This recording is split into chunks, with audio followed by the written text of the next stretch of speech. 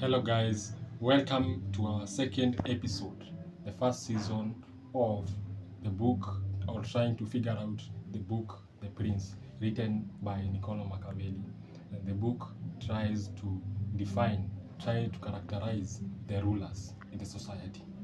So Niccolo Machiavelli was trying to examine these rulers that have been stated, that have been put in the society to represent the majority, the minority, and those people who have been left aside in matters of production, in matters of development, and in matters of sharing of resources in and considering what? Equality. So today I'm going to expound more about the topic exploring our unconscious state. So the unconscious state, it is a state of mind that lies in deep in our bodies. So a ruler is someone who has sat down, has examined his unconscious state, has identified the different facets that the society wants, and the latter individual or the latter ruler want in life. For example, a ruler might sit down, right? Then identify a certain hospital that has not been constructed. Then after that, the ruler will go to the ruled and ask for what? For votes. Or the ruled might take a chance and elect that ruler in the society and represent on their behalf. So we are supposed to encounter and grasp and dig inside our body to grasp this unconscious state, then identify the externalities, identify the strengths and weaknesses of the unconscious state. And what is this unconscious state? It is something or the characteristics of you as a person that lies inside you.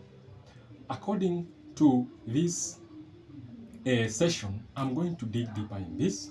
And I've really said that we're supposed to grasp the unconscious state, the unconscious characteristics that are deep inside ourselves, then expound more 100% to the society. So to explore in this, once we fail to grasp this unconscious state, it means that it will finally dictate us. It will dictate us our lives. Therefore, you will call it fate, according to Sigmund Freud, who was a psychologist. He said that if you fail to take this unconscious state from the unconscious state, you are going to call it fate at the end of the process. So according to Sigmund Freud, was a psychologist, and he sat down, he examined animals, he examined his patients, even his friends, psychologically. So he mainly focused on the human cell, on the human life.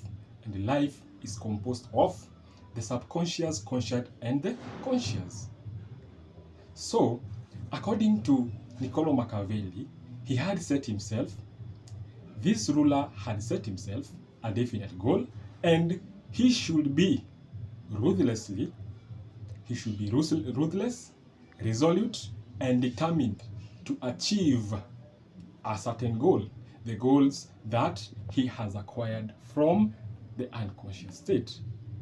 So in this process of exploring this unconscious, the whole of this process, the unconscious state lies in between the brain. In between the brain. It means that you are not conscious. You are not there yet. You don't know yourself. It is like you are in a dream. It is like you are in a dream. So according to Niccolo Machiavelli, this ruler has or prevent a sense of deception. A ruler explicitly has the element of duplicity and pretends to have the characteristics of the desirable qualities that are desired by the ruled. So a ruler is like a butterfly. A butterfly behaves in a different way. It behaves in a form of deception. For example, a butterfly deceives itself. That is, it has what? Eyes. The eyes are on the wings of the butterfly. What a mess. So the butterfly, you can think that this butterfly has got a lot of eyes, but it is wrong. They are compound. So a ruler is like a butterfly.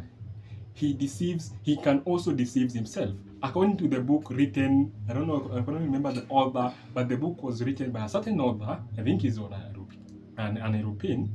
The author was writing about how their minds are raped, the rape of the mind. Viewers, go and look for that book, or I can provide for you a link so that you can read that book. So a leader had promised himself to bring changes, either qualitatively or quantitatively. Qualitatively, in form of maybe bringing education materials, or just trying to bring about the best, or to bring the best from these people. Then in the other facets, on quantitative development, it results, or is an example of it, is building things out of solid materials, like for example infrastructure and so on and so forth. So a ruler has an open mind, such as the ruler has, for example, the ruler, once he has sat down, he has thought of these plans, so he can either deceive himself or he can deceive the people. Remember, the ruled are innocent. The ruled have always been innocent. For example, in Kenya, you meet these people electing the same kind of people, the same blood, and the same people who have taken the resources from these people for a very long time. But after all, what do? After these rulers come in search for votes, they present themselves with gifts and so on and so forth. Then at the end, they are taken back in the government. So that is how deception works. So for a very long time, they never made a convert and recent decision, such as who to be positioned. Is he gonna serve us? Is he gonna serve my issue? Is he gonna reduce the expenses, the taxes, and the overlying burdens that are 100% choking the citizenry? So matters funding, after all, they are needs the society that are required by the people. So they tend to be in a phantasmagorical experience which pertains to have a dreamlike